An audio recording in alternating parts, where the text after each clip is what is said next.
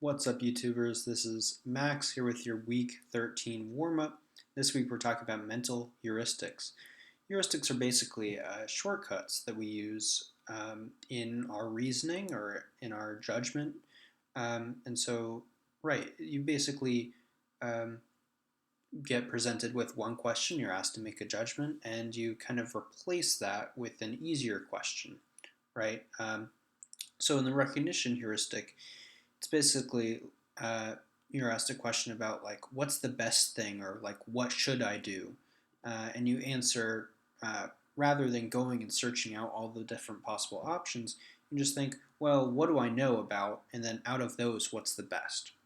So in this case, instead of what restaurant is the best in town, I'll just think of the restaurants that I've been to, and of those, I'll select the best, rather than going about it some other way.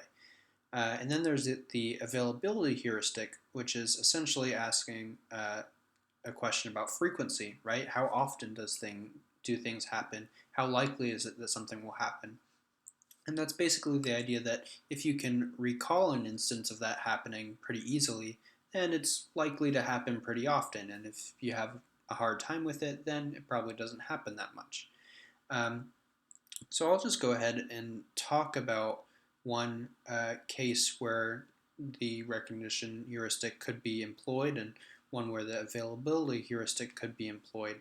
And I'll leave you to come up with one from your own life.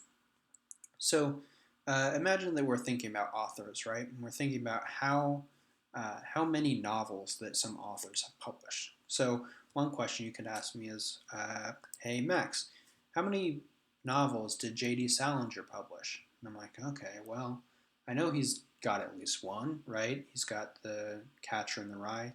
Well, so since that one came to mind so easily, there are probably a couple other ones, that I just haven't heard about as much. So I'll say, I don't know, five. And that's one where the availability heuristic can go wrong, because actually uh, he only wrote that one novel. Catcher in the Rye is really the only novel that he wrote. Um, so then we can also think about the recognition heuristic, right? So we can ask, hey Max, who's the novelist that wrote the most novels in history? And I'd say, well, shoot, I'd probably say it's Agatha Christie, because she's written like, I don't know, 70, 80 novels, something like that. And she may have written the most novels of the novelists that I know, but I can assure you that there's someone out there who's written like 800 novels, maybe by under a bunch of different names, but they're if you have to write that many novels, you're probably not that popular.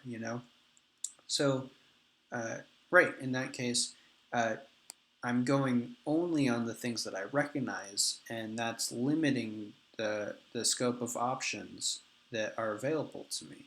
And so I'm not going to give the right answer, but I'm going to give a pretty reasonable answer based on what I know, right? So these often give, you can see where you would go wrong in employing the heuristics, but in a lot of cases, it's sensible to make those kinds of guesses if you don't have any other options available.